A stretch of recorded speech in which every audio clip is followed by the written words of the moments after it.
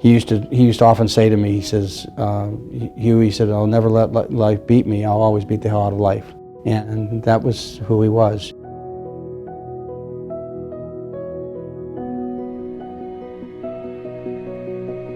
Right to the end, he was working. Right to the end, he loved pitting his mind against young whippersnappers. Right to the end, he was doing research and creating new ideas. Right at 83 years old, he was still doing that. He worked right to the very end and had a very full life.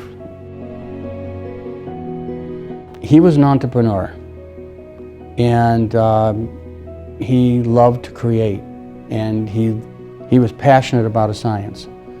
His most important philosophy in life was it's better to make a man than money. And he lived that creed his whole life. He would be really, really proud of what you guys are doing.